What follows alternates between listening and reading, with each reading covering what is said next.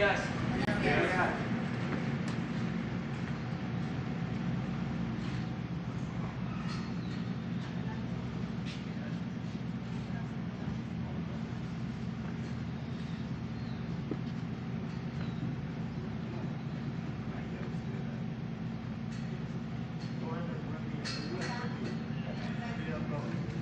Nos da mucho gusto amanecer este día en Querétaro.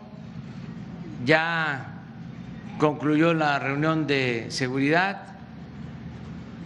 En este estado, afortunadamente, hay buenos resultados en materia de seguridad. Se ha avanzado, como se va a informar el día de hoy. Agradecemos mucho al gobernador Francisco Domínguez, que siempre ha trabajado de manera coordinada con nosotros, con el gobierno federal, y se está avanzando, repito, en garantizar la paz y la tranquilidad en Querétaro.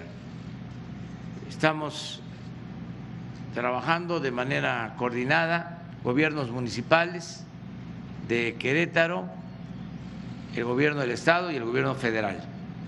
Entonces vamos, si les parece, a iniciar con el informe de Francisco Domínguez, gobernador de Querétaro. Luego el general secretario de la Defensa, Luis Crescencio Sandoval, va a informar y abrimos para las preguntas y respuestas. Francisco.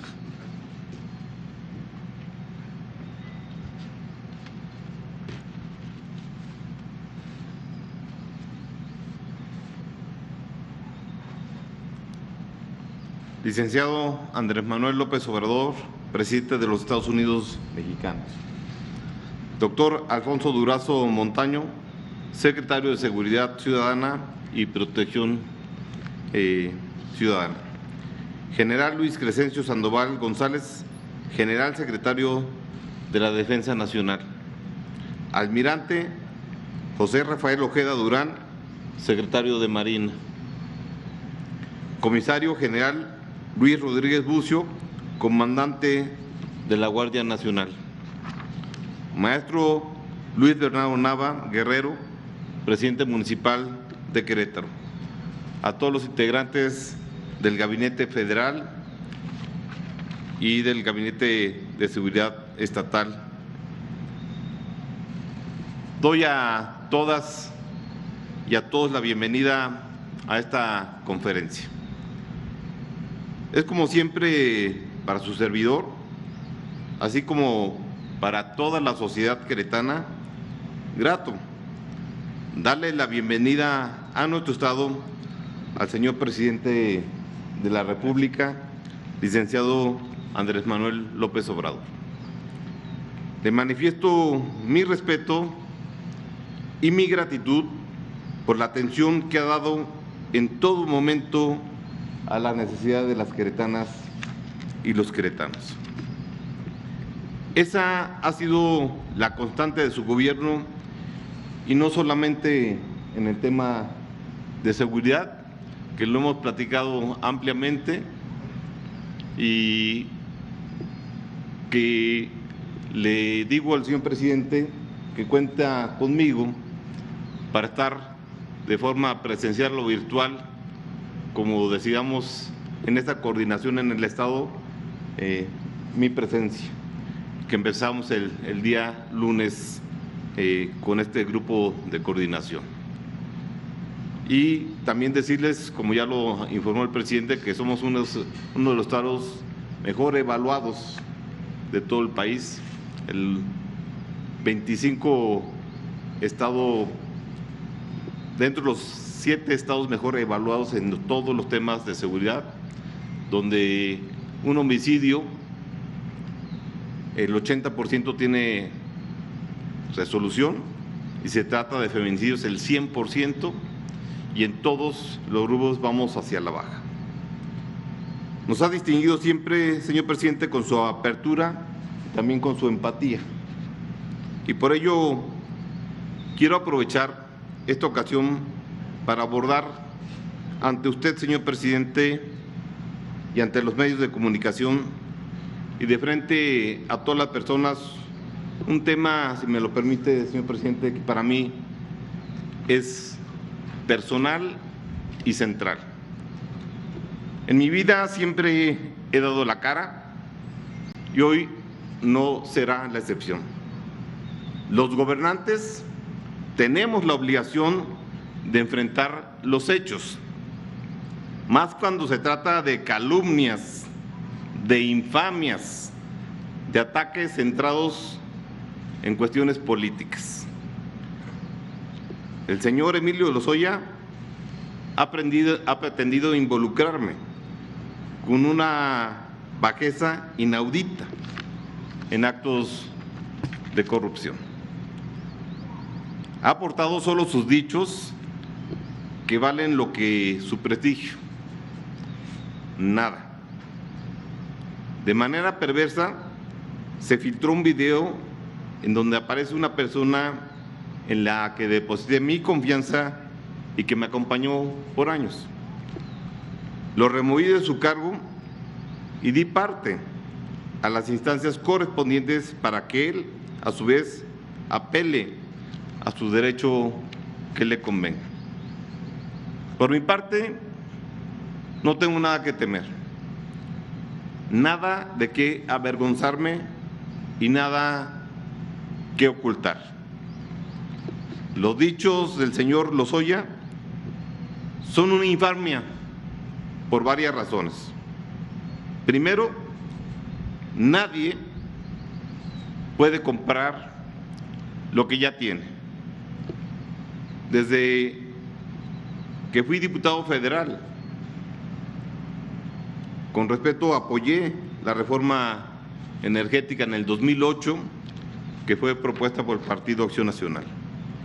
La seguí apoyando como senador de la República. De hecho, la presenté yo personalmente a nombre de mi partido.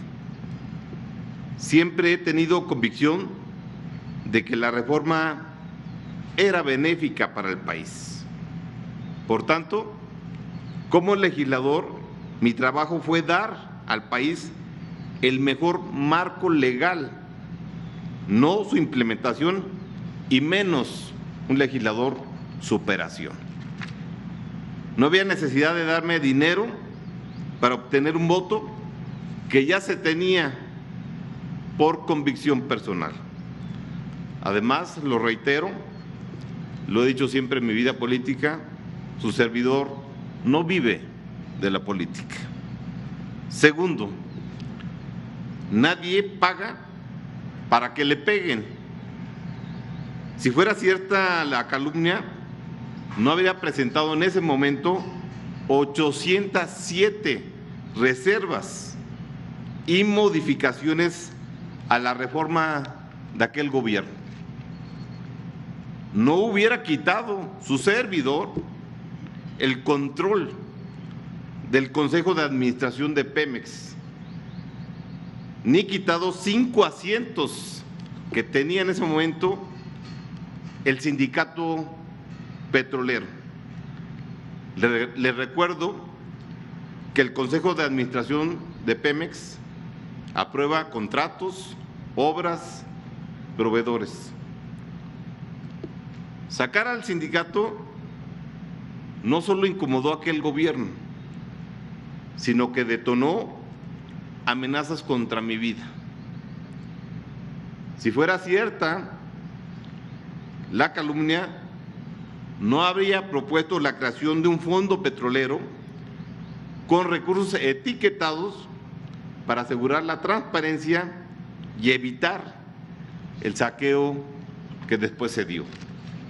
Tercero, no se puede creer en las palabras de un delincuente confeso. Yo doy la cara aquí y ante la autoridad. No busco la protección a cambio de inventar falsedades. Cuarto, hay una intención política, no es cuestión legal. Atacan a un gobernador de oposición bien calificado. Mienten porque Querétaro no tiene una sola observación de la Auditoría Superior de la Federación, ni de la Secretaría de la Función Pública Federal, ni una.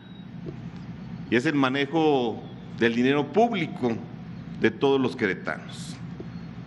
Tenemos los queretanos, el gobierno, en su responsabilidad, prácticamente deuda cero. Hay empleo, buenos salarios, somos ejemplo de crecimiento, calidad, de grandeza, somos gente de trabajo, de esfuerzo y de palabra. Por eso nos atacan.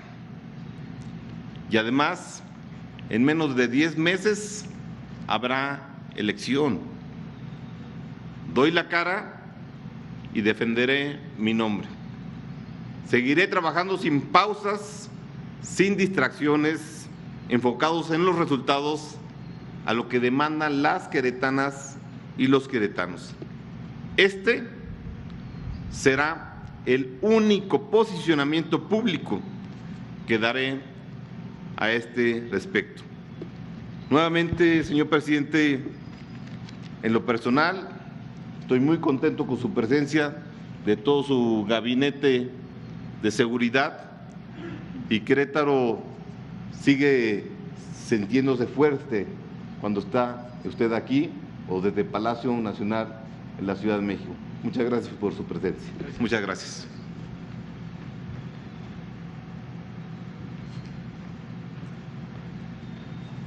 Con permiso, señor presidente. Buenos días. Por favor, las láminas. Bueno, vamos a analizar la situación de seguridad en el estado.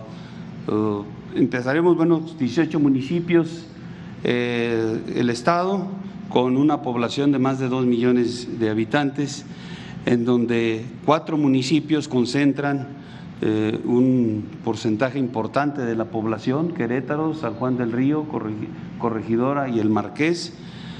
Un corredor industrial en la parte sur del estado, que ahí están estos municipios que acabo de mencionar, 3 oleoductos, 2 poliductos y un ducto de gas, un desarrollo importante en la industria aeronáutica. Todo esto va a influir en los índices delictivos que vamos a ver a través de la presentación. Adelante, por favor. La incidencia delictiva. Aquí podemos observar en estos delitos que les da seguimiento el Secretariado Ejecutivo del Sistema Nacional de Seguridad Pública, podemos identificar el robo a transporte, que tiene el tercer lugar y va a la alza, y la violación, que también va a la alza y tiene el séptimo lugar.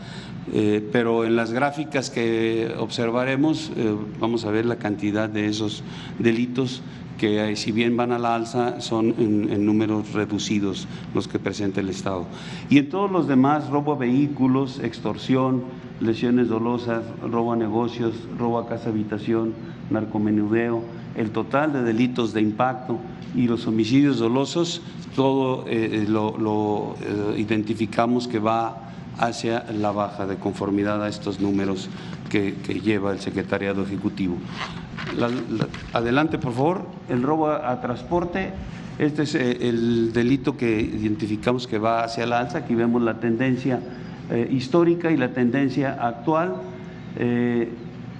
Aquí vemos los números: en el 2019 738 eventos, en lo que va del año 442.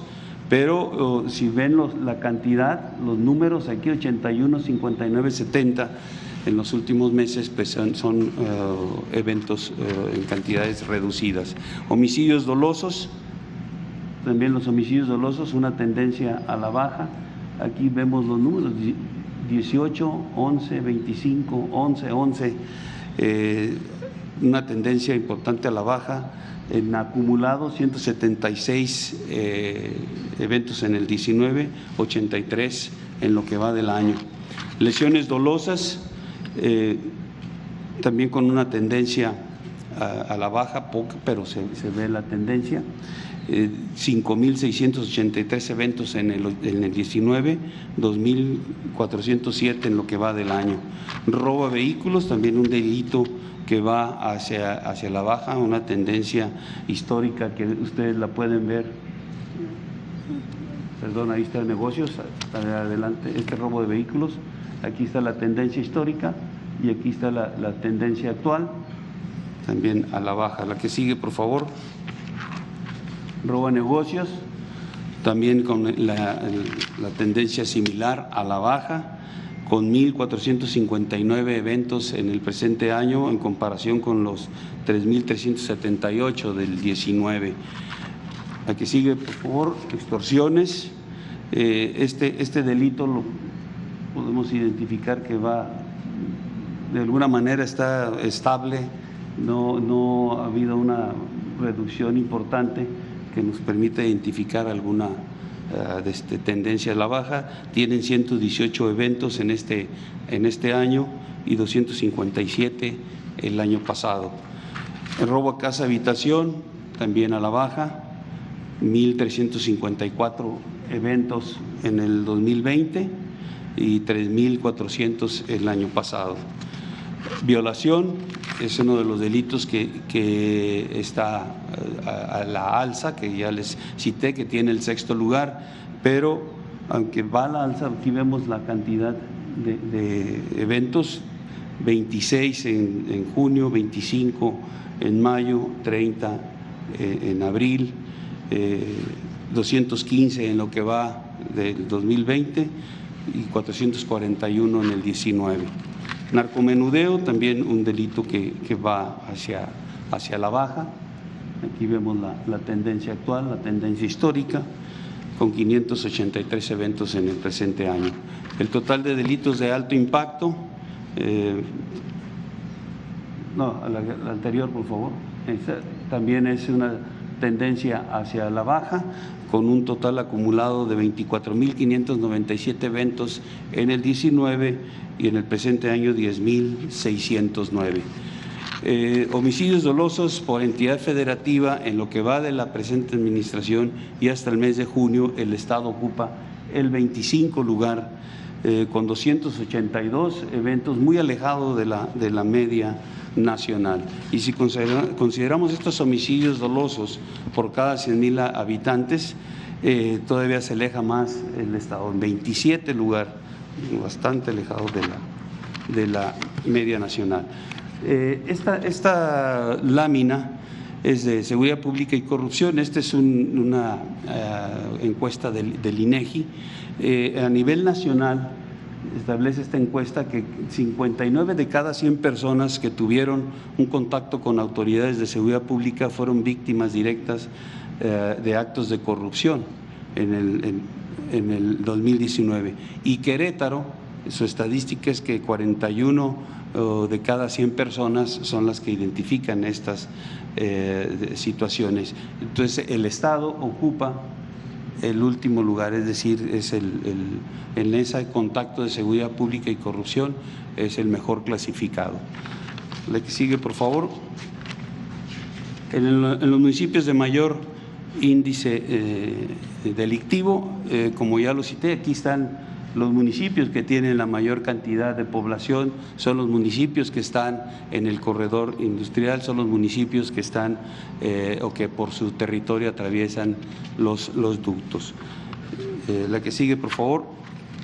En seguridad pública del Estado, también aquí vemos la presencia de los efectivos policiales.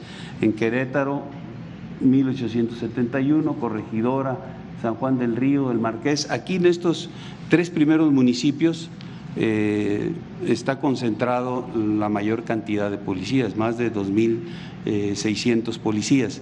Y aquí en estos son los municipios, esos 2.600 equivalen al 76% de la policía estatal y municipal que tiene el Estado.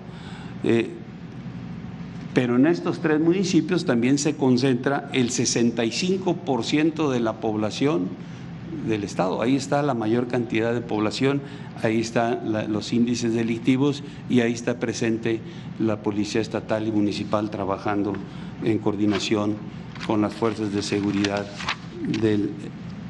federales, que aquí las vamos a ver. Adelante, por favor. En las fuerzas de seguridad federales se tiene efectivos de la Secretaría de la Defensa, efectivos de la Guardia Nacional, que sus efectivos que están desplegados, los efectivos operativos son 1,782, que sumados a lo que tiene la Policía Estatal y la Policía Municipal hacen un total de 5,941 elementos, de los cuales 4,854 son operativos, son fuerzas que están desplegadas en las 3 coordinaciones regionales de la Guardia Nacional en la que está dividido el Estado. Aquí también en Querétaro tenemos considerado para el 2021 2 proyectos de construcción de instalaciones de la Guardia Nacional, uno en Corregidora y otro en San Juan del Río. Ahorita se tiene un 90% en avance de la gestión de la obtención de los predios y su legalización. En cuanto a sucursales del Barco del Bienestar, tenemos 3 instalaciones concluidas en Tolimán, Colón y San Juan del Río, y otra en Querétaro en proceso de construcción. Aseguramientos de las fuerzas federales en lo que va de la presente administración: detenidos 196, 691 kilogramos de marihuana, 14 de cocaína, 12 de heroína, 177 de metanfetaminas, de cristal, 2 laboratorios, 355 vehículos, combustible recuperado, más de 435,000 litros. La que sigue, por favor. En el robo de hidrocarburos, como mencionaba, 3 oleoductos, 2 poliductos y un ducto de gas, en donde las tomas clandestinas han sido 418 las que se han detectado, y el municipio que más tiene o que más presenta este delito es San Juan del Río, 248 tomas clandestinas. Se han asegurado 82 vehículos, se han recuperado 435,682 litros de combustible y se han detenido a 16 personas. La que sigue, por favor. Aquí vemos la variación promedio diaria en cuanto a la desviación del combustible. 8,105 barriles diarios de combustible se extraían de los ductos en el 18 a través de 26 tomas clandestinas. En el 19 aumentan las tomas clandestinas, pero reduce esta desviación de barriles diarios a 6,579. Y en lo que va del año se tienen 135 tomas clandestinas, reduce, pero también reduce la cantidad de barriles diarios a 4,225. Adelante, por favor. Los recursos federales en el ámbito de la seguridad que llegan al Estado, tenemos primero el Fondo de Aportaciones para la Seguridad Pública con más de 192 millones, el programa de fortalecimiento para la seguridad con 75,8 millones de pesos, y el Fondo de Aportaciones para el Fortalecimiento de los Municipios y las Demarcaciones Territoriales de la Ciudad de México, el Fortamun, son 1,442,3 millones de pesos que llegan aquí al Estado de Querétaro. Adelante. Además, se tienen 14 programas sociales que coadyuvan de manera importante en quitar las partes que van a engrosar luego en ocasiones a la delincuencia. Los jóvenes, llegan a los jóvenes, llevan a las familias de escasos recursos, que ahí se puede generar índices de violencia importantes. Estos 14 programas sociales están enfocados a productores, a los jóvenes construyendo el futuro, a becas de educación básica, a apoyos de bienestar para niñas, niños, hijos de madres trabajadoras, adultos mayores, microcréditos, personas con discapacidad, becas de educación media, jóvenes escribiendo futuro. Todos esos programas, pues como mencioné, coadyuvan en el ámbito de la seguridad y se tienen 295.479 beneficiarios en el Estado, con un total de recursos que se asignan a estos programas de 3.484.8 millones de pesos. Adelante, por favor. En relación a la atención de la emergencia sanitaria, el Querétaro tiene 10 instalaciones sanitarias, una por parte de la Secretaría de la Defensa, una Sedena Insabi, 3 del IMSS, una del ISSSTE y 4 que son del Estado. Tiene una disponibilidad actualmente en cuanto a hospitalización del 85% de camas y una disponibilidad en camas de terapia intensiva del 68%. Adicionalmente, se proporcionan por parte de Sedena y de la Guardia Nacional seguridad a 5 instalaciones. En el plan DN3 tenemos y plan Marina y plan de Guardia Nacional. Lo que tenemos registrado en la actividad en estos planes en lo que va de la administración es la participación en 3 eventos de lluvias, 3 nevadas, 5 derrames químicos, 3 explosiones, participación en 25 incendios forestales y un urbano, 3 accidentes ferroviarios, 3 aéreos y un vehicular, empleando 1.300 elementos con 130 vehículos y un helicóptero. Es todo. Señor presidente. Muy bien, pues esta es la información. Quedamos en darle la palabra. Son 3, Rodolfo, Héctor y Lisbeth. Buenos días, presidente. Gracias, gobernador, secretarios. Buenos días. Si me permiten, por favor, primero con el gobernador de Querétaro. Si bien dice que este es el único posicionamiento que va a fijar, tengo entendido que es en esta conferencia, menciona en plural, no es lo ataca, me ataca. ¿Usted considera que desde el gobierno federal se está orquestando una campaña en contra de usted, gobernador? ¿Quiénes lo atacan, gobernador? A ver, yo les propongo algo. Perdón. ¿No? Sí. El gobernador ya fijó su postura, lo hizo con mucha claridad. Muy bien. Como él lo ha manifestado, dando la cara. Y también, según escuché, que esa iba a ser su única aclaración sobre este tema. ¿Por qué no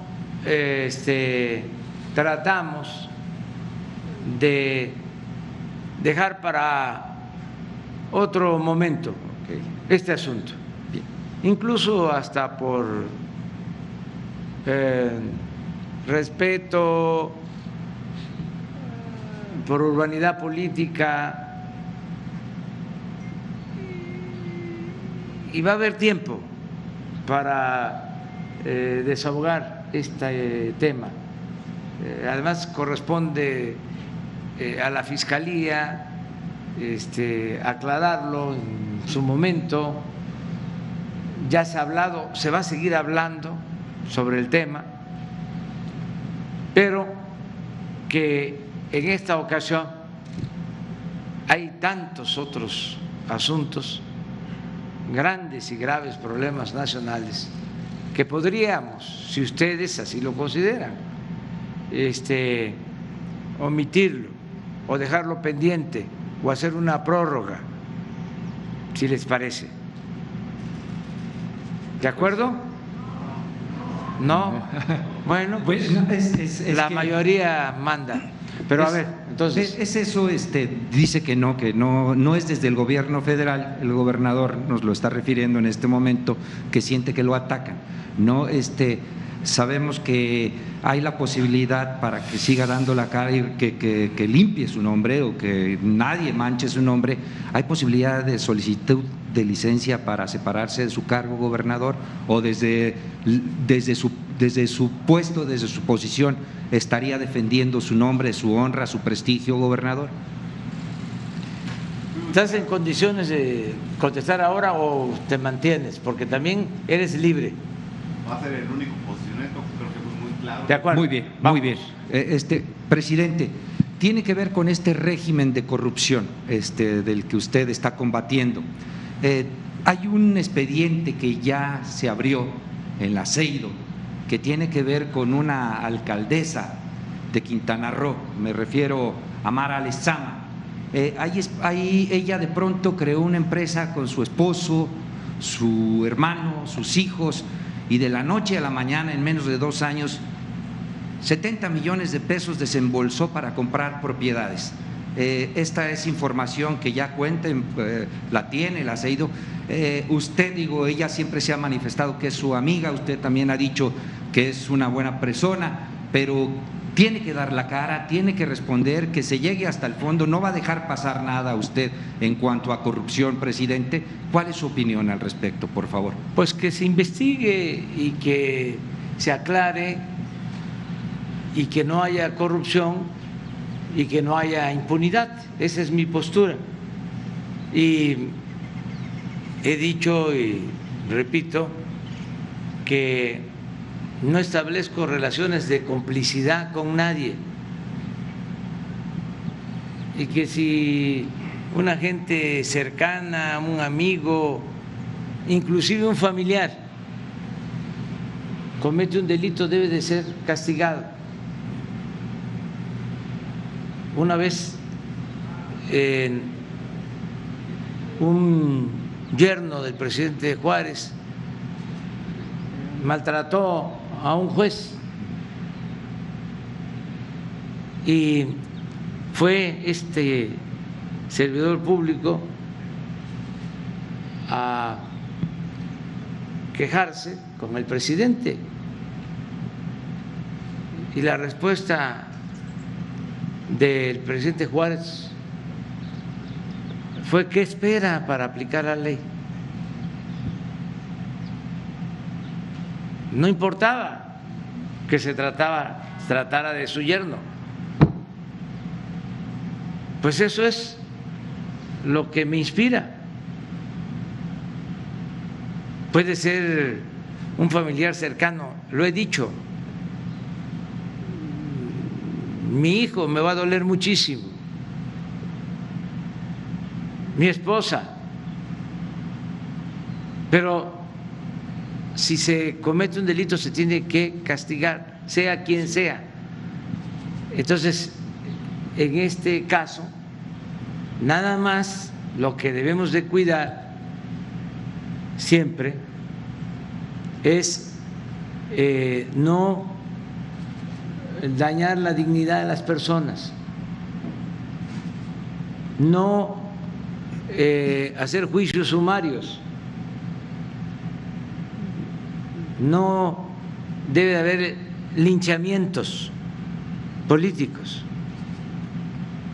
Se tiene que hacer la denuncia ante la autoridad competente y esa autoridad, con las pruebas, porque eso es el Estado de Derecho, tiene que resolver si la persona es culpable o no. Es lo único. Tampoco esto entra en contradicción con la libertad que tenemos de manifestarnos y con la libertad de prensa. Al final de cuentas,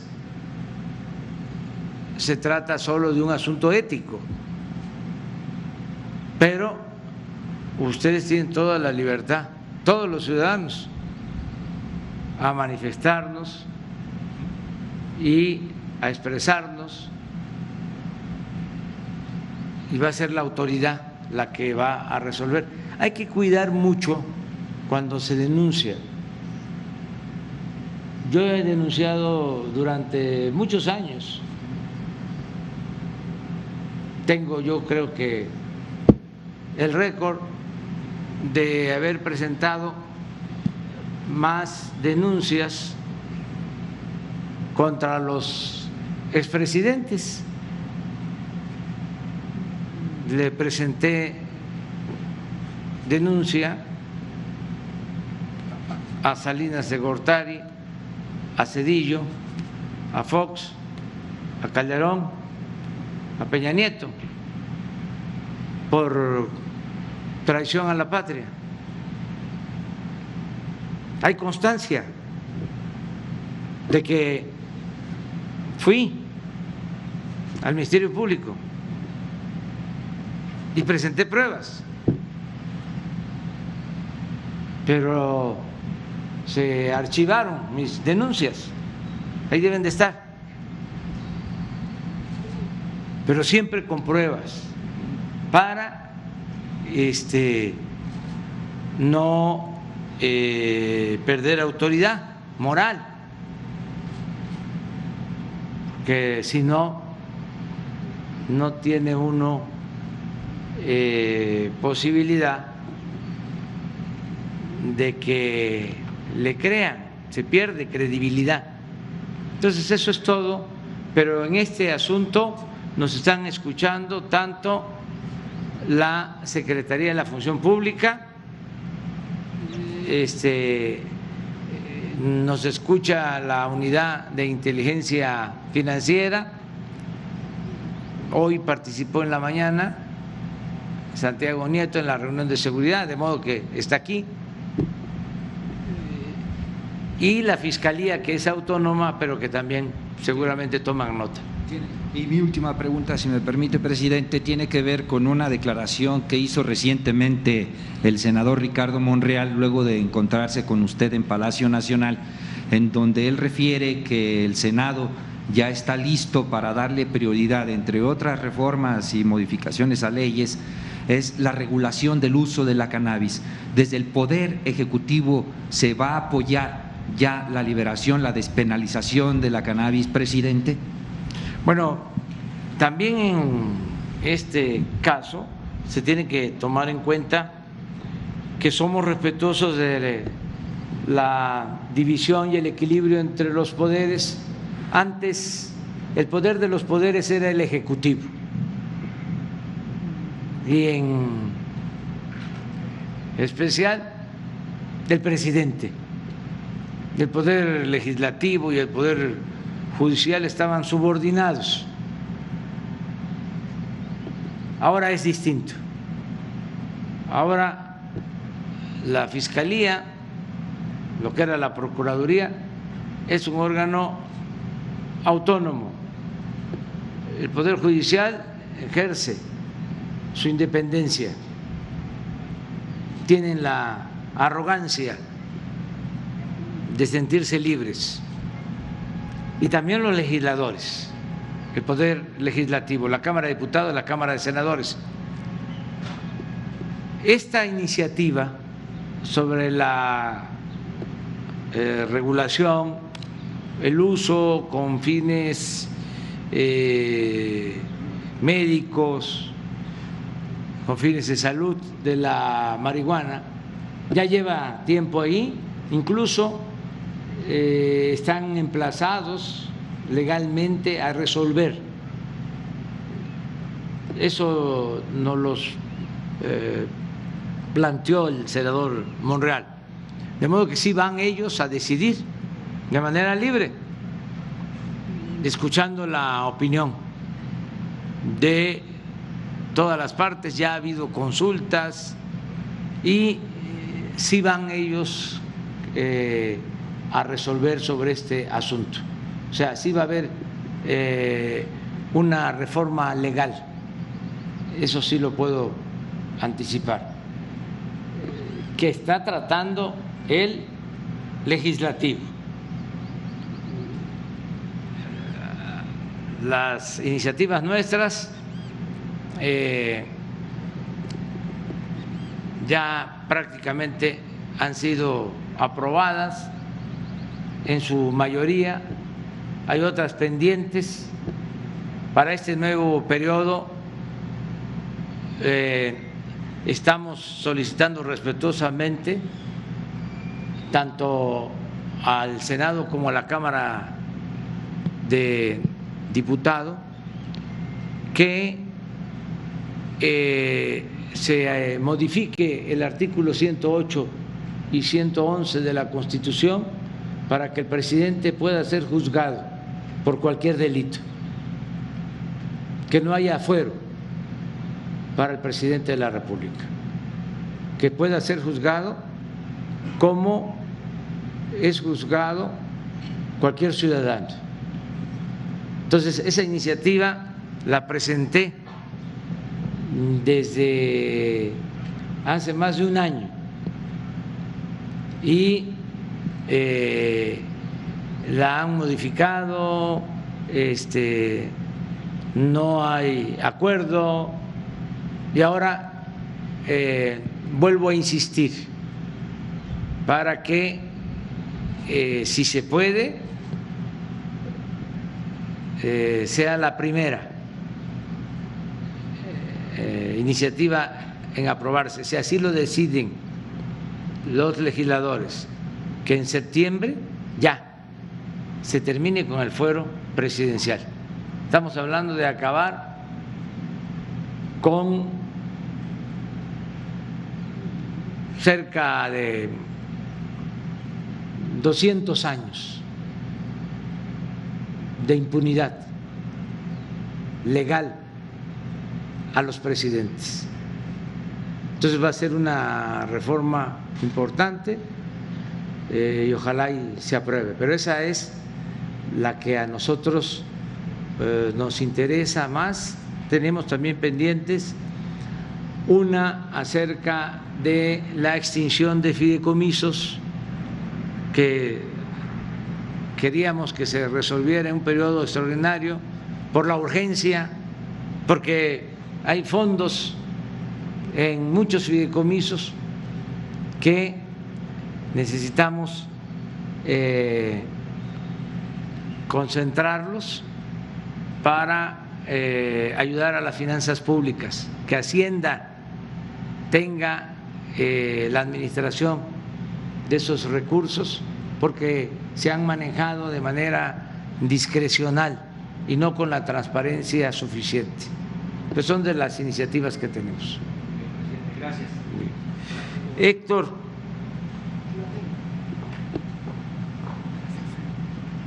Gracias. Buenos días, señor presidente. Buenos días al gobernador y a todo el gabinete aquí presente. Yo, con todo respeto, gobernador, y entiendo muy bien que no quiera ya ahorita comentar nada, simple y sencillamente señalar y dejarlo ahí esta pregunta puesta.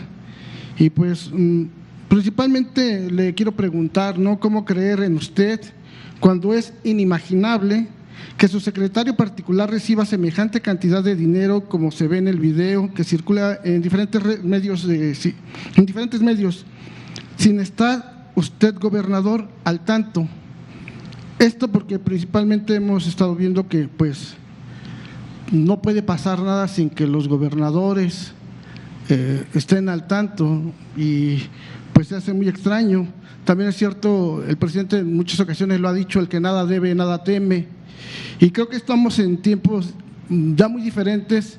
Es un pueblo de México cansado de tanta corrupción, de tanto que en campañas muchos candidatos ofrecieron, nos escucharon, nos regalaron despensas, frijol con gorgojo, y atendieron pues todas nuestras preguntas y dudas, nos conquistaron. Y ahora que muchos de ustedes ya están gobernando, pedimos lo mismo, ¿no?, que así como cuando hicieron campaña, pues también tengan la cara para decir, pues no es cierto, son mentiras, y aquí estoy, y vamos a aclarar con la frente en alto todo lo que se está rumorando, ¿no? Pero también respetamos, entendemos muy bien, y también respetamos los procesos, y es lo único que quería comentar. Okay. Señor presidente, Como usted lo ha dicho en por lo menos ya 2 ocasiones, lamentablemente la red social Twitter es la plataforma en donde se nota una manipulación de la información, uso de bots, uso de cuentas falsas, compra de espacios con fines político-electorales, los cuales están fuera del alcance de la fiscalización electoral. La pregunta va en este sentido, señor presidente. ¿Cuándo asistirán los directivos de Twitter México a la conferencia matutina para informar al pueblo de México sobre estos temas? Agrego que el fin de semana pasado, el menor de sus hijos y su esposa fueron nuevamente víctimas de agresiones verbales en Twitter, sin que hasta el momento la red social haya hecho algo al respecto. Señor presidente, ¿será conveniente buscar los mecanismos adecuados para sancionar a las redes sociales que solapan u omitan la agresión verbal a menores de edad, mujeres y adultos mayores? El bullying en redes sociales no es un asunto menor, toda vez que genera daño psicológico a la víctima, que en muchas ocasiones ha llevado incluso a jóvenes al suicidio. En su carácter de padre de familia, ¿qué nos pudiera decir al respecto?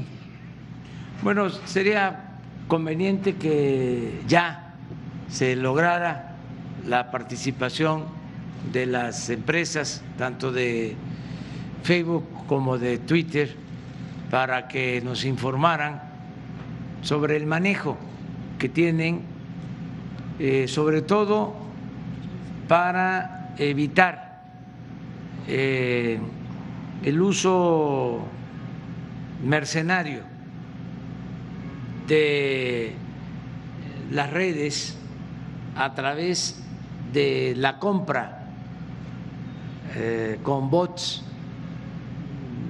de espacios, toda esta publicidad que se contrata y que no es transparente. Ahora hay campañas, están en convenciones en Estados Unidos y casi diario están informando cuánto gastan en las redes los candidatos, los partidos. Aquí se tiene que llegar a esa transparencia.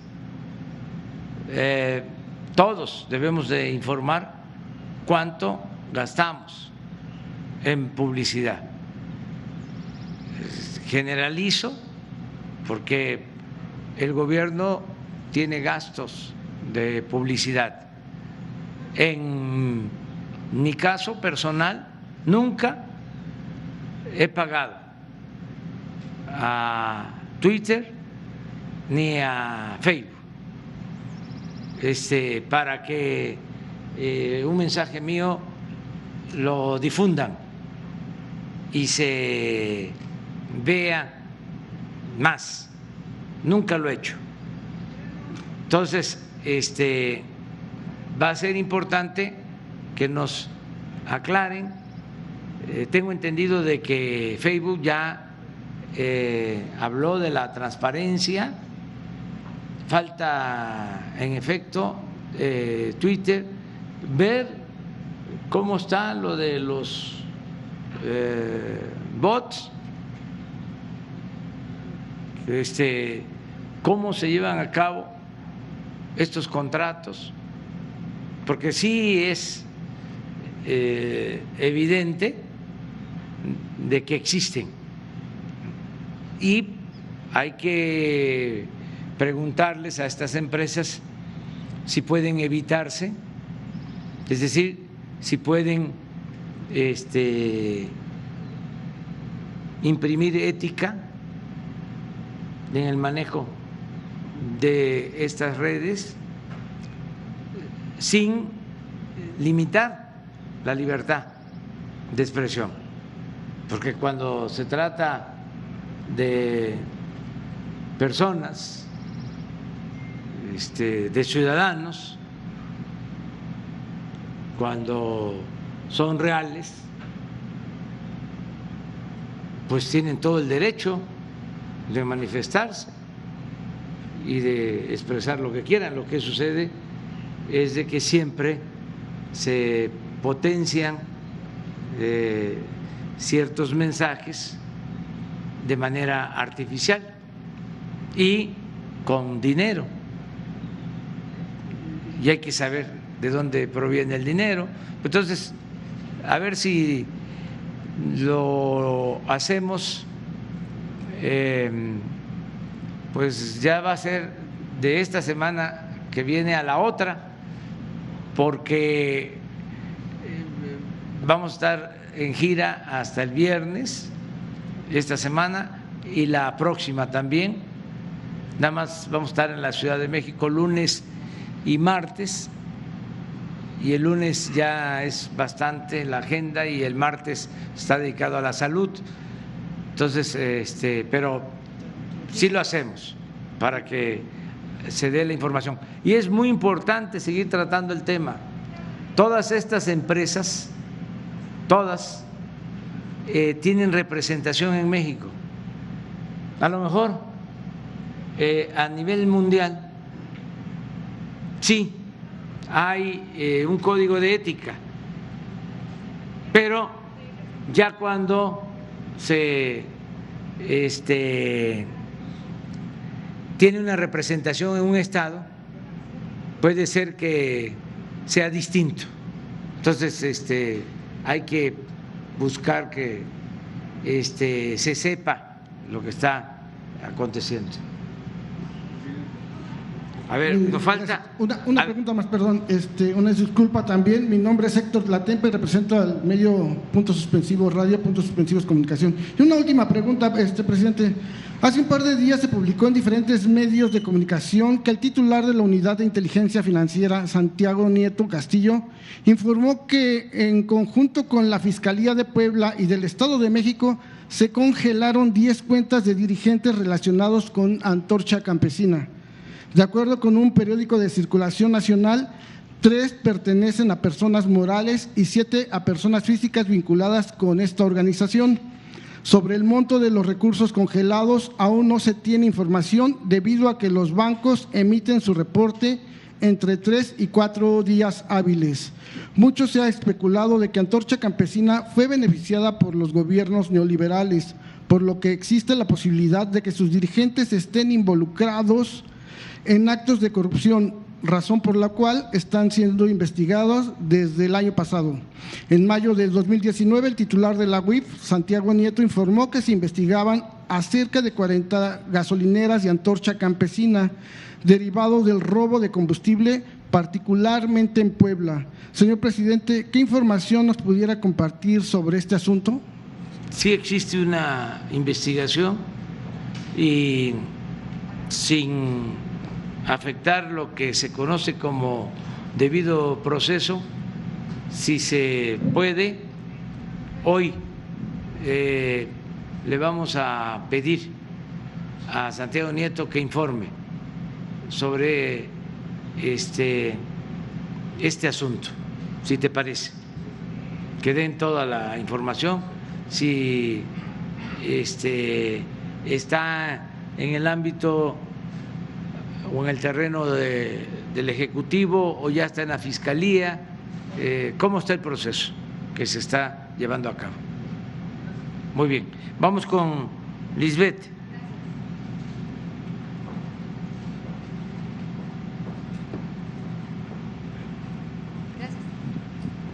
Gracias, presidente. Lisbeth Álvarez, reportera del diario Basta y Grupo Cantón. Presidente, usted ha propuesto que los expresidentes Peña Nieto y Felipe Calderón sean enjuiciados en consulta. Fiscalía y consulta serían 2 juicios diferentes. Si uno perdona y otro condena, mis cuestionamientos serían en este sentido. ¿Qué procederá? ¿Quién decidirá? ¿En dónde queda la ley? ¿En dónde queda el Estado de Derecho? ¿El juez será el pueblo y la autonomía y credibilidad de la Fiscalía? Esos serán mis cuestionamientos, presidente. Yo creo que no hay, la verdad, ninguna contradicción, porque en la Constitución se establece, en el artículo 35, el derecho de los ciudadanos a que puedan solicitar la realización de consultas sobre asuntos de interés público. Este es un asunto relevante, sin duda. Entonces, si se cumple con los requisitos, se puede llevar a cabo esa consulta. Que va a decidir sobre si se procede o no contra los expresidentes. Y es un método democrático, lo decidimos todos, no es el presidente, incluso no es el fiscal, no es un juez. Este es un asunto de Estado, es un asunto de nación. Entonces, se hace la consulta y en el caso de que se decida que se inicien procesos, tendrían que llevarse a cabo de conformidad con el marco legal, y los implicados, claro que tienen derecho a la defensa, pero no hay motivo para decir que es una cosa o la otra. Yo siento que es más sano, más responsable, más serio el que se le pregunte a los ciudadanos. Para eso es la democracia participativa. La democracia no es nada más elegir a quien nos va a representar 3 años, 6 años. La democracia es un sistema político y una forma de vida. Entonces, se elige a una autoridad, pero pues hay revocación de mandato, hay referéndum, hay plebiscito, hay consulta ciudadana. Todo eso es parte de la democracia participativa. Es gobernar con el pueblo, mandar obedeciendo, porque de esa manera se tiene más legitimidad en todo lo que se hace. Eso es lo que yo estoy proponiendo, y he dicho que por convenir a la estabilidad política y sobre todo pensando de que ya debemos de poner un punto final a todo ese tiempo de abusos de autoridad, de corrupción, y que debemos de iniciar una etapa nueva, desterrando la corrupción. Pues yo me inclino porque si se lleva a cabo la consulta, yo votaría en contra de que se enjuicien a los expresidentes, pero es un voto como el de cualquier otro ciudadano. Respetaría la decisión final. Desde luego voy a argumentar por qué considero que no, porque también no debemos de quedarnos anclados en el pasado. Hay que pensar en el porvenir y vamos bien. A mí sí me importa mucho que se estigmatice la corrupción. me importa muchísimo. Que no se piense que se puede triunfar a toda costa sin escrúpulos morales de ninguna índole. Que se acabe aquello de que el que no tranza no avanza, que se destierre la inmoralidad, o para decirlo en positivo, que moralicemos a México, que se purifique la vida pública del país. Eso es lo que más me importa. Y también me importa, más ahora, que se recoja el dinero, que se recupere lo que indebidamente se sustrajo del patrimonio público. Eso es, básicamente. Por último, presidente. Pero con responsabilidad todo, o sea, con seriedad, siempre. Y nada más saber cuáles son los temas principales que va a abordar en la CONAGO. Tenemos ya una agenda, va a haber una reunión de los gobernadores con los miembros del gabinete del gobierno federal, con todos.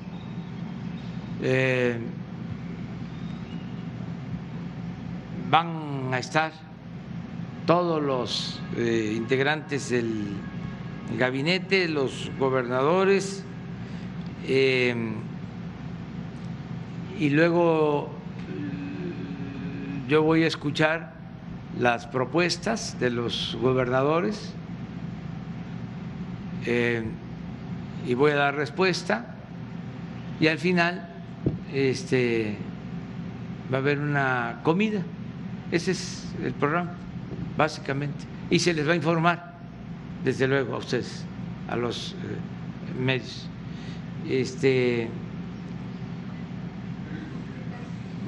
No sé si ya son los 3. Quiero hacer nada más un paréntesis y ahorita seguimos contigo, porque ayer dije de que se había otorgado un permiso, una concesión por 100 años, y salieron a replicar, a decir de que no es una privatización lo que se llevó a cabo, sino que es una empresa pública, ¿sí? Entonces me gustaría, a ver si no pones el contrato. Es que es interesante que se sepa cómo simularon las privatizaciones, haciéndonos creer de que la nación seguía teniendo el dominio de los bienes, ya sea de recursos naturales como el petróleo, porque en la reforma energética pues quedó establecido de que la nación es la dueña originaria del petróleo. Sin embargo, al momento que se da un contrato, se da una concesión,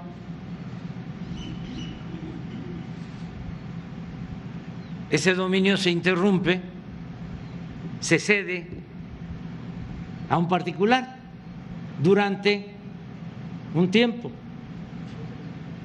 El otro caso, los ferrocarriles, pues claro que son medios de comunicación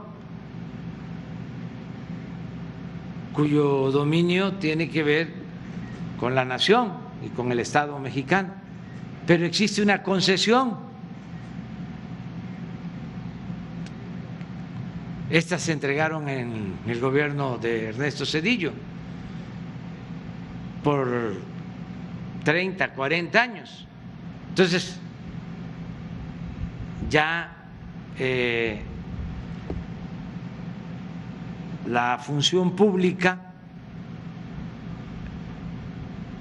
se cede ante el interés privado. la administración privada, el negocio privado. Pues es lo mismo de las famosas API. Y en este caso de Veracruz, pues no sé si tengas el contrato, de favor. Yo publiqué ayer el contrato. Es que es muy interesante esto, porque es un engaño, es una simulación. Además, si es público, si pertenece al Estado, ¿para qué se concesiona?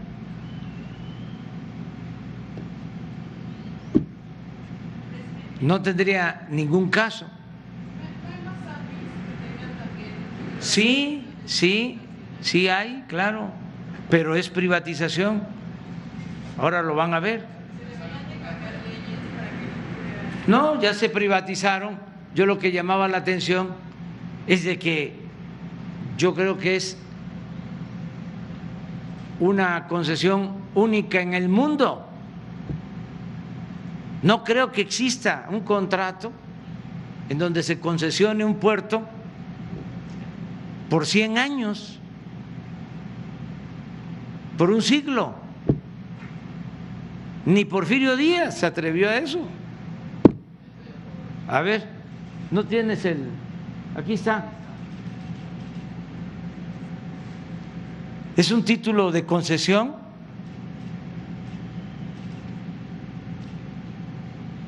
Es a una empresa,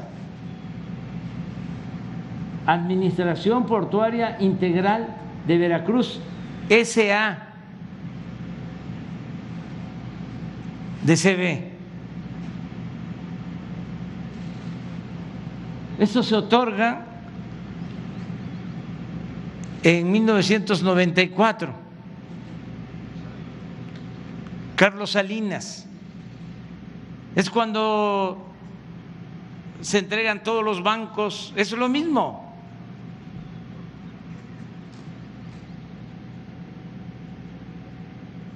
Pero ¿qué sucede? A ver, ¿por qué no vas pasándolo? Ahí está la concesionaria. Aquí está la fecha de la concesión. Para.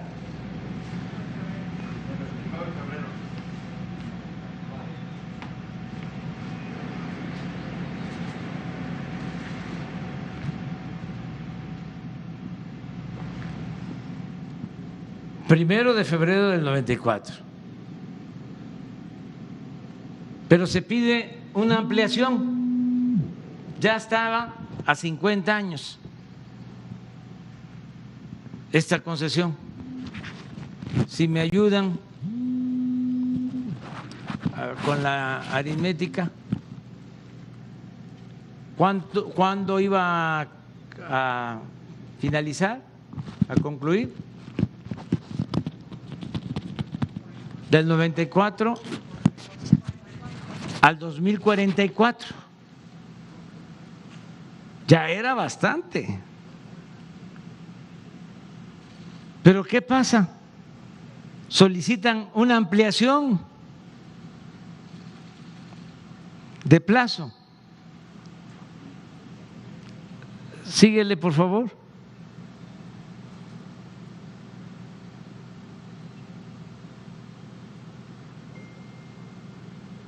Síguele. Ahí está. Ampliación.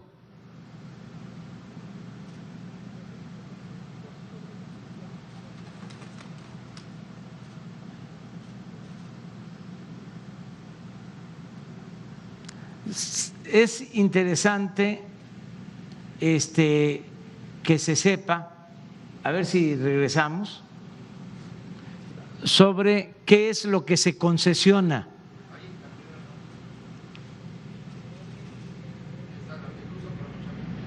Así está.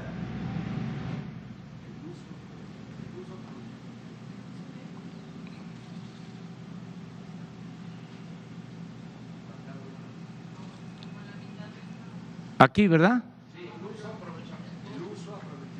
Sí, no alcanzo yo a… Así, aquí está. 1.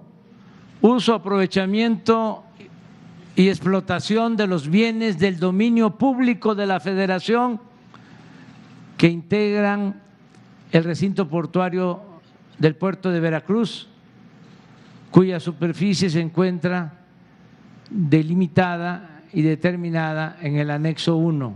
2. El uso, aprovechamiento y explotación de las obras e instalaciones del gobierno federal ubicadas en el recinto portuario que se describen en otro anexo. 3. La construcción de obras terminales marinas e instalaciones portuarias en el recinto de que se trata. La prestación de los servicios portuarios de acuerdo al diario oficial de la Federación. Esto es lo que se está entregando, todo el puerto, a una empresa particular. Es una privatización, no por estatal. Bueno, nunca pierde, regreso a lo mismo, el dominio, la nación, el Estado, pero se interrumpe porque se entrega esta concesión. Sigamos adelante.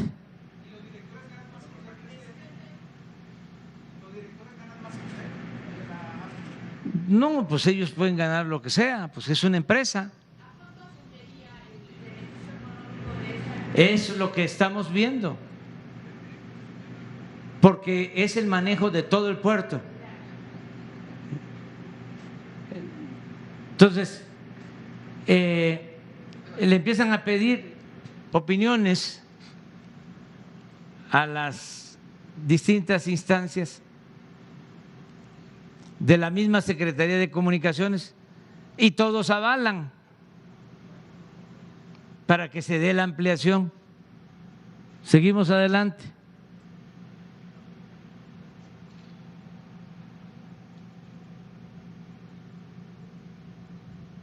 Todos avalan. ¿Seguimos?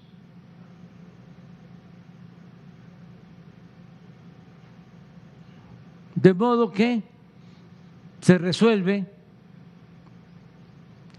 Síguele, ya para terminar. Mire, mire, mire. Todo legalito,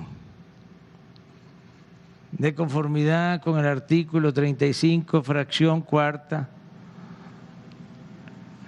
Miren cuánta. Pero termina el contrato al final.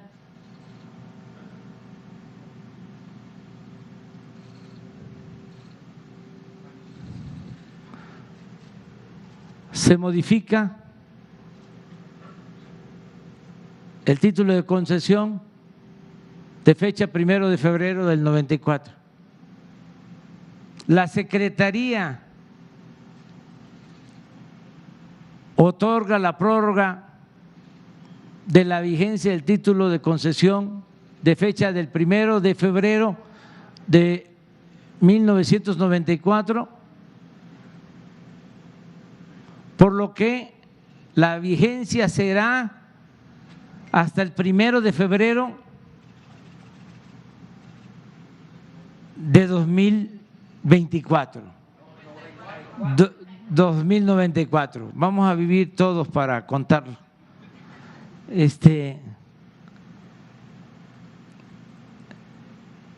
Síguele. Adelante. Adelante.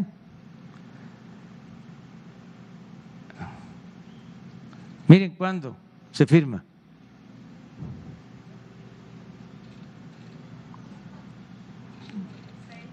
...6 de julio del 2018, 4 días después de que ganamos. ¿Quién lo firma?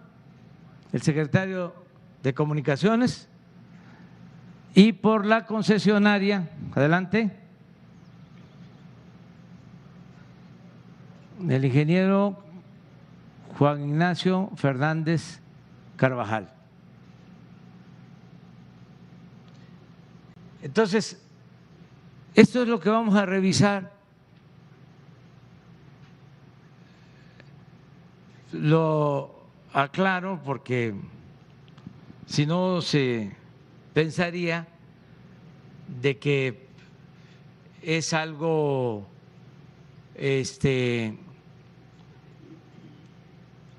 del sector público, ¿no?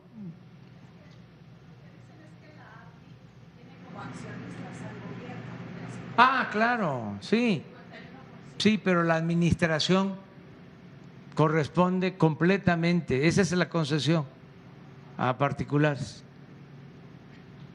Entonces vamos a revisar, porque es muy extraño, primero, ¿por qué a 100 años? Sí, segundo, ¿por qué después de que se llevaron a cabo las elecciones? Sí. ¿Y quiénes son los beneficiarios? Y montos, porque tampoco se puede decir que durante todo este tiempo ha mejorado mucho el puerto de Veracruz. Si hablamos en términos de volumen de carga, no es así. Son otras circunstancias, desde luego, porque ahora el tráfico comercial en el Pacífico es más que en el Atlántico. Pero en manejo de contenedores, tanto Manzanillo como Lázaro Cárdenas tienen ya más manejo que Veracruz. Y no olvidar que el puerto de Veracruz fue el principal puerto de México por siglos. Bueno, ahí se creó el primer gobierno municipal, cuando la conquista. Por eso se va a revisar. Esto es para los técnicos. Es que es interesante, ayer hablaba yo, de que todo esto lo estemos recordando, porque el tiempo pasa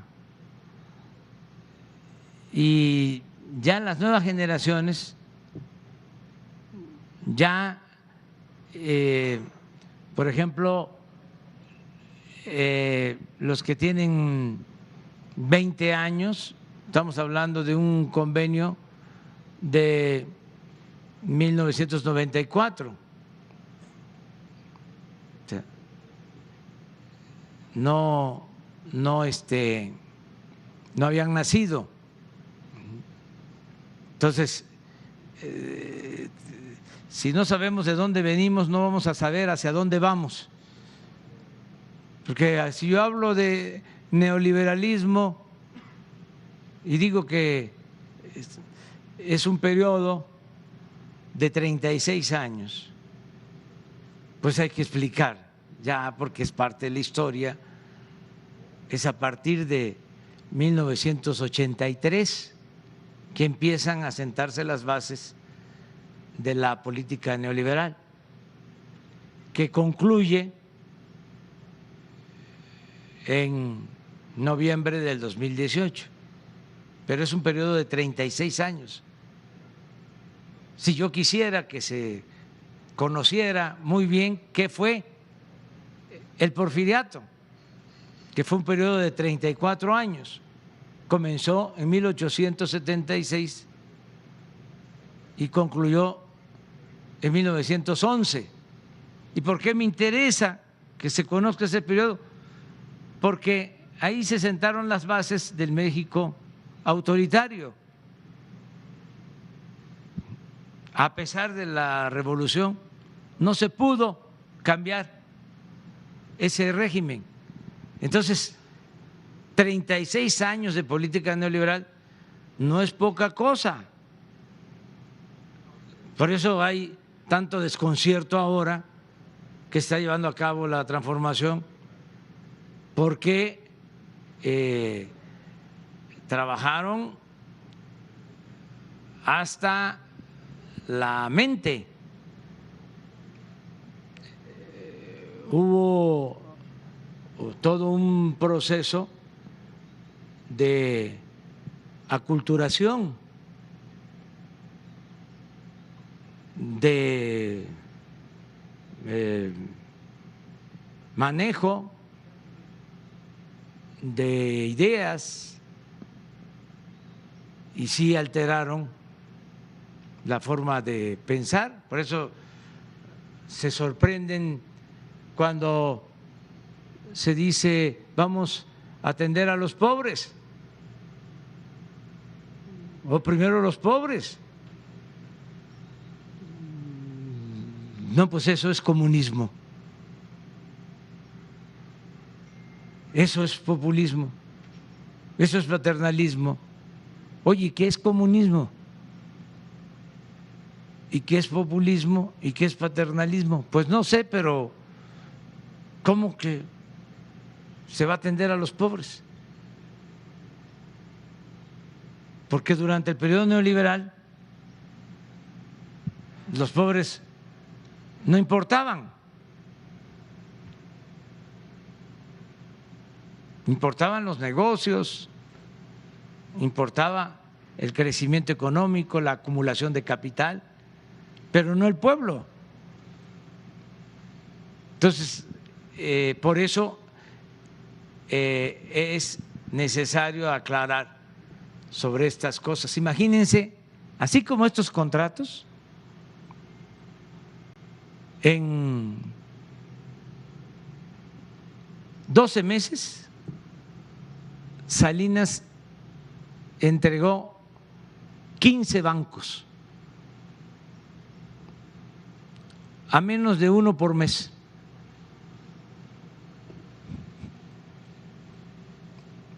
Y además simulaban de que había subastas, se lanzaban convocatorias, habían licitaciones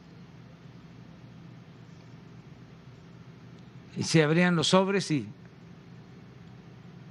salía el ganador. El que quedaba en segundo lugar en una subasta ya sabía que en la próxima convocatoria a él le tocaba. Y así los 15 bancos. Se puede probar. Claro que es extraño, es raro todo esto, pero se llevó a cabo un proceso de privatización, se entregaron bienes públicos a particulares, que esa es la privatización. Pero ahora sí vamos, ya aclaramos. Gracias, señor presidente. Soy Sergio Arturo Venegas, director del periódico Plaza de Armas de Querétaro. Usted ayer mostró el video y se refirió a la inmundicia que se advierte en esta entrega de dinero, en esta compra de conciencias, de voluntades, de votos. Usted mismo ha dicho que ha sido víctima de fraudes electorales, de estos que tienen una larga historia en nuestro país. Ha hecho usted propuestas para reformas legales para que las elecciones resulten más limpias. Y ahí viene el proceso del 2021 con la elección más grande en la historia de México, con todos los estados involucrados y, bueno, pues muchas gubernaturas, entre ellas la de Querétaro. Hace 5 años vimos lo del señor Cors, aquella famosa llamada del señor gobernador, entonces candidato Francisco Domínguez, hablando de kilos y de que ahora interpretamos de millones, de un señor Cors, que ahora se dice que era el secretario de Gobernación. La pregunta, señor presidente, ¿cómo avisora, cómo vislumbra usted este 2021 con esta historia de fraudes en México, de esta inmundicia, y cómo vamos a superar eso como país? Y una segunda pregunta, si me lo permite, ya se fue el secretario de Comunicaciones que usted tenía, que había hablado mucho del tren de México a Querétaro, que es también otra larga historia. También si hay alguna posibilidad de que se realice finalmente. Gracias. Buenos días. Mire, yo creo que es muy buena pregunta porque tenemos que afianzar de una vez y para siempre el sistema democrático.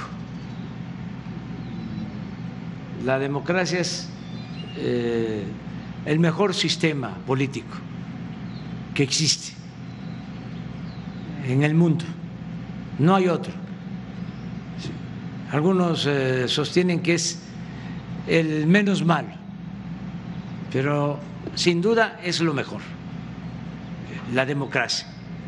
Y parte de nuestros problemas como nación se han originado por la falta de democracia. Porque cuando no hay democracia, el pueblo pues no participa, el que llega al cargo se siente absoluto y hace lo que le da la gana. No hay, en sentido estricto, contrapesos. Entonces, nos hace falta la democracia. No hemos tenido democracia en siglos. No está de más recordar de que fuimos colonia 300 años. Nos invadieron y desde España mandaban a los virreyes y los virreyes imponían en los estados los llamados alcaldes mayores. 3 siglos.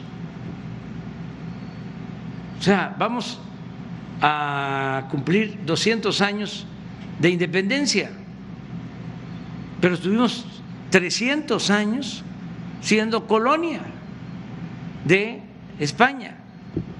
Entonces, desde luego, en 300 años, en 3 siglos, no hubo democracia. De modo que se diga que había democracia en la llamada Nueva España. Bueno, se logra la independencia política, pero tampoco en el siglo XIX hay democracia. Si acaso, en todo el siglo XIX, lo más cercano a la democracia fueron los 10 años en que gobernaron Benito Juárez y Sebastián Lerdo de Tejada durante el periodo que se conoce como República Restaurada, de 67 al 76, 10 años, nada más, como un destello de libertades, se gobernaba de conformidad con la Constitución, había división y separación de poderes. Al mismo presidente Juárez en el Congreso llegaron a no aprobarle leyes los legisladores. Y ya ni hablar de los periodistas de ese entonces.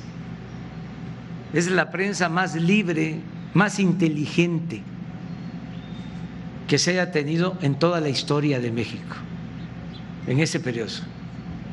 ¿Pero qué pasó antes? Pues fue 11 veces presidente de la República Antonio López de Santana. La primera mitad del siglo XIX. México, país de un solo hombre. ¿Qué pasa después de los 10 años de la República Restaurada? Vuelve a ser México país de un solo hombre, Porfirio Díaz, 34 años. ¿Dónde está la democracia? No hay. Por eso Madero, por eso es el apóstol de la democracia, porque él se propone garantizar las libertades del pueblo y que se respete la voluntad de los ciudadanos, el sufragio, el voto efectivo del pueblo para la elección de sus autoridades. ¿Qué pasó? En ese tiempo es cuando ha habido más democracia. Estamos hablando de 1911 a 1913. Ahí sí me consta, y lo puedo probar, de que había democracia. El presidente Madero le escribía a los gobernadores diciéndoles cuando iban a haber elecciones: le pido de manera especial que cuide, que se respete el voto de los ciudadanos y que no interesa quién gane, lo que interesa es que haya libertades y que se establezca la democracia. Hay cartas, bueno, parecía hasta ingenuo, porque le mandaba cartas a quienes venían del porfiriato y que traían la práctica de la imposición. Muchos de ellos seguramente leían las cartas y hasta se reían del presidente. Pues ese hombre es el presidente con más vocación democrática que ha habido en la historia de México. Nadie más que él. Pero se terminó eso. Lo asesinan, ¿sí? Viene la mano dura, la imposición, viene la revolución, y a pesar de que se avanzó en el terreno social, en lo económico, con la revolución, no se pudo avanzar en la democracia. Decía don Daniel Cosío Villegas que se fue don Porfirio, pero se quedó doña Porfiria. Un partido dominante durante décadas. Entonces, el primer ensayo democrático se da en el 2000, ya conocen el resultado. Entonces, ahora que nosotros triunfamos por voluntad del pueblo, estamos obligados a que haya democracia, a desterrar los fraudes electorales. ¿Cuántos fraudes se cometieron? ¿Cuántas injusticias? ¿Cómo se utilizaba de manera cínica, descarada el presupuesto para favorecer a partidos y a candidatos? ¿Cómo se compraban los votos? ¿Cómo se repartían despensas traficando con la pobreza de la gente? Frijol con gorgojo. Todo eso se tiene que acabar. Y todos lo vamos a lograr. Y en efecto, viene la elección del año próximo y tiene que ser distinta.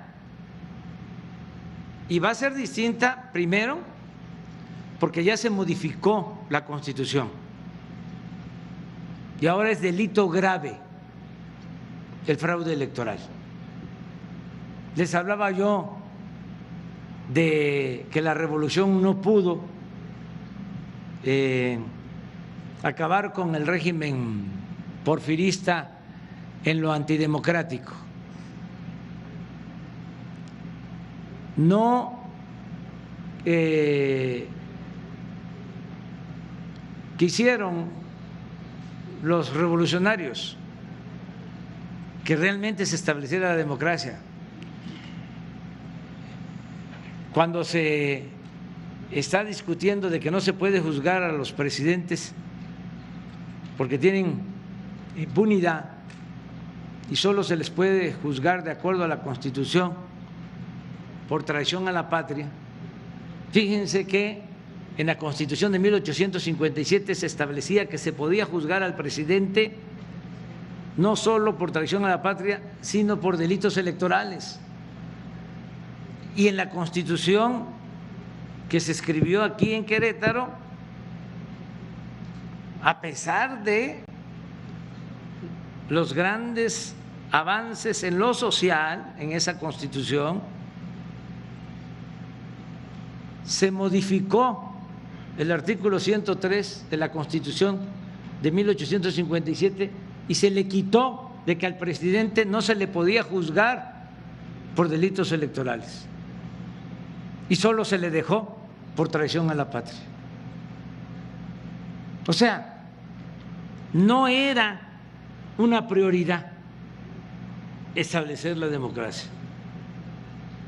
Ahora tenemos que hacerla valer y ya es delito grave el fraude electoral. Y yo lo he expresado, lo voy a seguir diciendo.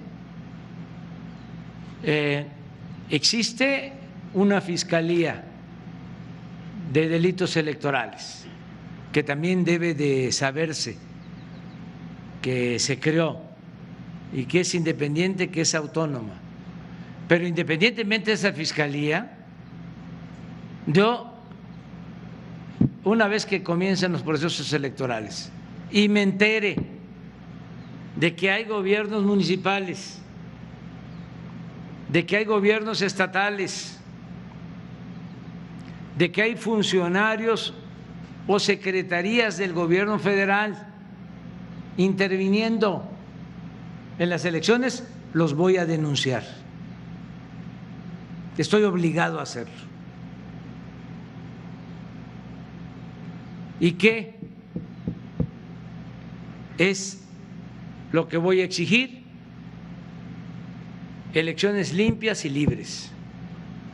Y que el pueblo decida,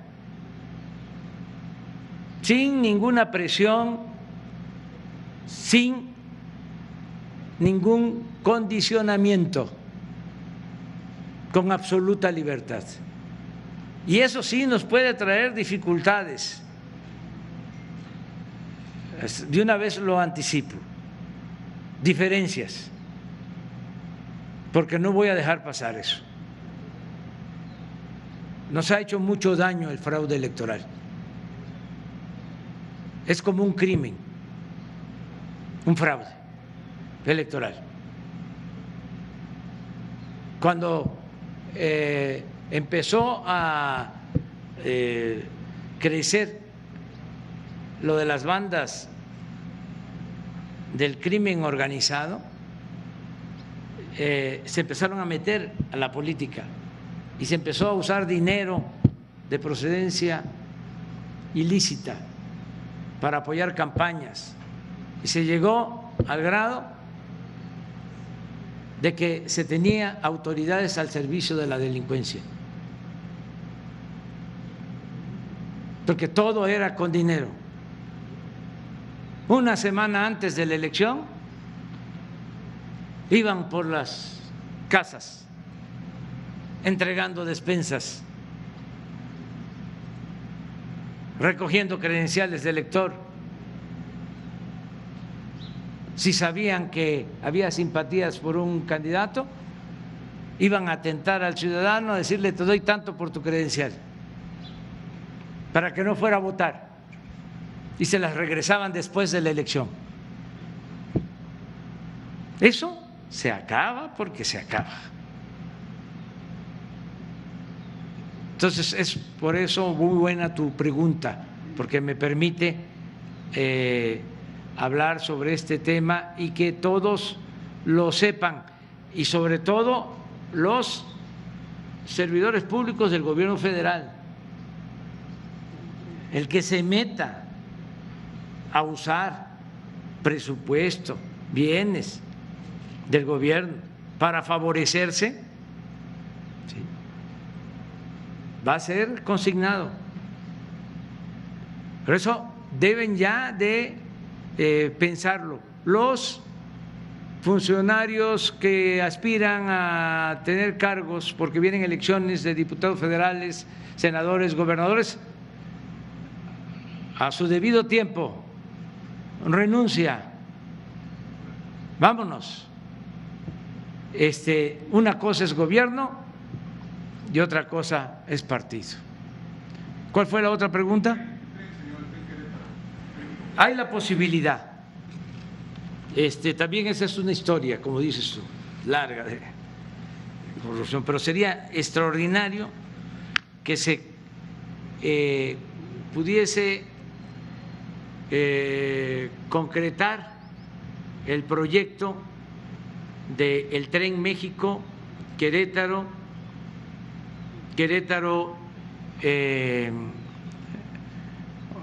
Guanajuato, o Querétaro San Luis, que era el centro ferroviario de México durante mucho tiempo.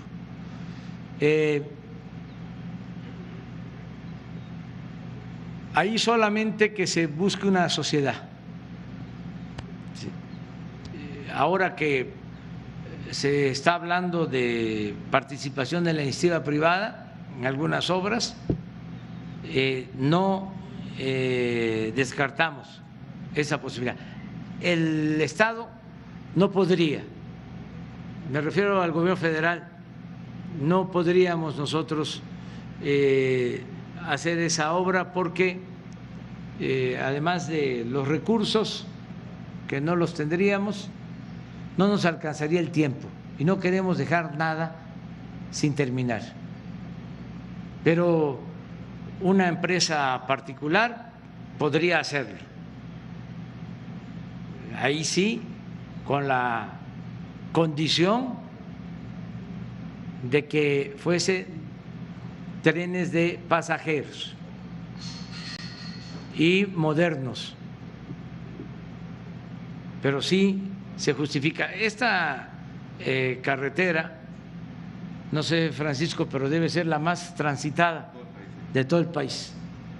Entonces sí amerita un medio de transporte que se tenía antes, pero precisamente por las privatizaciones se quedaron solo trenes de carga.